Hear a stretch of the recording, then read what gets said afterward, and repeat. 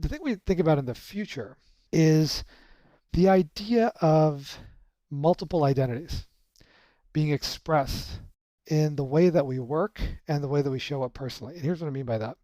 The example I like to use is that in Japan, on Twitter, the average Japanese Twitter user has 5 Twitter accounts because pseudonymity to bifurcate interests in the presentation of the self is just how that culture has learned to use Twitter. And it's a very interesting culture. Yeah.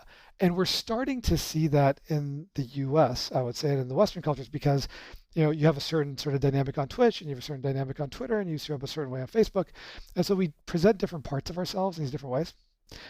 But I don't think people have, it's still sort of clunky. And I think in the future what we're going to have is really ways of making the multiple presentation of ourselves really seamless.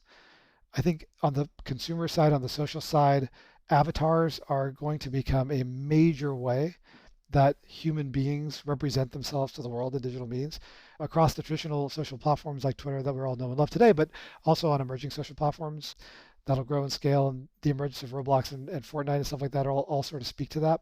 I think kind of the same thing is going to happen with the future of the creator economy, in that while it's awesome to think that in the future everyone's going to have like one business that they really love because they're going to quit that job they hate and go be an influencer or creator, I think that's going to be really tough for everyone to make a good living doing that.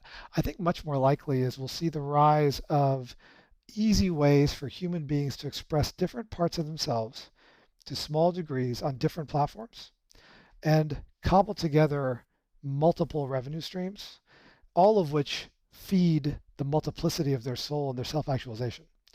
So I'll make a little bit of money on Etsy. I'll make a little bit of money hosting a meditation group. I'll make a little bit of money hosting a session on Flow Club, sharing some of my investing knowledge on Clubhouse. And there'll be space for not just the famous people or the emerging ninjas of the world on Twitch, but also the mid-tier to kind of have a livelihood. And then what that requires is all kinds of products and services, largely culled from metaphors in the consumer side, to enable those now deinstitutionalized individual proprietors of themselves as businesses to be in business safely. And that's where you're going to get things like, healthcare and the ability to do taxes effectively, and people banding together to form sort of guilds on an ad hoc basis to do projects and stuff like that. I'm starting to see companies doing all of those things in different ways. But when you add it all up together, it's an incredible munging of our personal and professional selves that is just very ripe fodder for creativity. And you're already seeing it in the modern workplace. The modern workplace, especially we saw this in 2020, more than ever is supercharged by the fact that as the next generation of Gen Z millennials bring their whole selves to work, they really are putting all those identities into the pot of their work relationships.